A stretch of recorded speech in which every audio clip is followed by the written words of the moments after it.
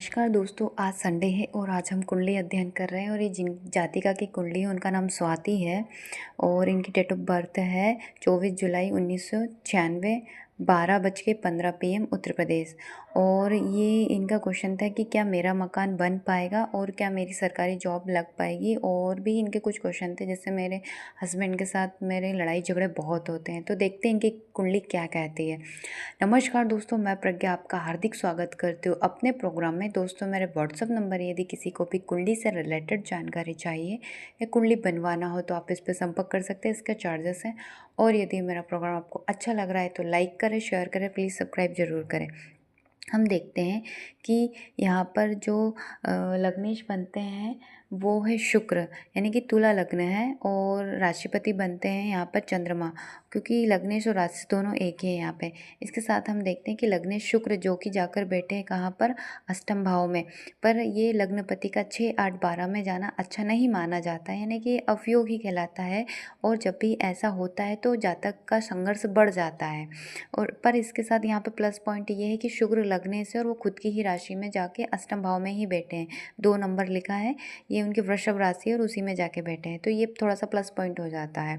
इसके साथ ही हम देखें कि जब भी चंद्रमा लग्न में आता है तो चंद्रमा क्या है, मन का कारक होता है। और कहता है ना कि मन बड़ा चंचल होता है, तो ठीक इनके साथ भी वैसा ही है। यदि व्यक्तित्व के साथ मन हमारा जुड़ जाता है और भटकाव ना हो तो ये बहुत बेस्ट रिजल्ट देता है कि व्यक्ति फोकस होकर काम करे। पर यदि यही चंद्रमा चंचल हो जाता है तो ये सारे काम से मतलब बोलते हैं कि डिस्ट्रैक्ट कर देता है, भटकाता बहुत है। तो इनके साथ यही हुआ है कि गुड़ गोबर इनको कर रखा है चंद्रमा ने। एंडिंग में सारे बने बनाए जो काम है वो बिगाड़ देता है, भटकाता बहुत है, यदि आपका चंद्रमा कमज़ोर हो और लग्न में बैठा हो। इसके साथ ही हम देखें कि यहाँ चंद्रमा कैमद्रुम दुर्योग में भी है, क्योंकि जो चंद्रमा के दोनों साइड है, यानी द्वितीय भाव में और 12वें भाव में कोई शुभ ग्रह नहीं है या कोई ग्रह ही नहीं है। हाँ, राहु दिख रहे हैं, तो राहु की और केतु की हम गणना नहीं करते हैं। इसके साथ हम देखते हैं शनि केतु की युति 6ठे भाव में दिख रही है। शनि 6ठे भाव में पापी ग्रह वैसे भी अच्छा माने जाते हैं, पर यहाँ पर ये रोग को दर्शा रही है, कुछ ऐसी भ्रामिक बीमारियाँ जो कि जैसे पकड़ में ही ना आए। जैसे इसके साथ ही भटकाव बहुत ज़्यादा देती है कि आपको आज कुछ हो रहा है, कल कुछ हो रहा है, डॉक्टर बोल रहा है कि सब ठीक है, रिपोर्ट नॉर्मल आ रही है, फिर भी आपको प्रॉब्लम हो रही है। तो इस टाइप की बीमारियाँ दे देती है और कुछ ना कुछ चलता ही रहेगा। ये शनि और केतु की युति 6ठे भाव में होने से ये दर्शाते हैं। इसके साथ इन्होंने पूछा था कि सरकारी योग है क्या इनके।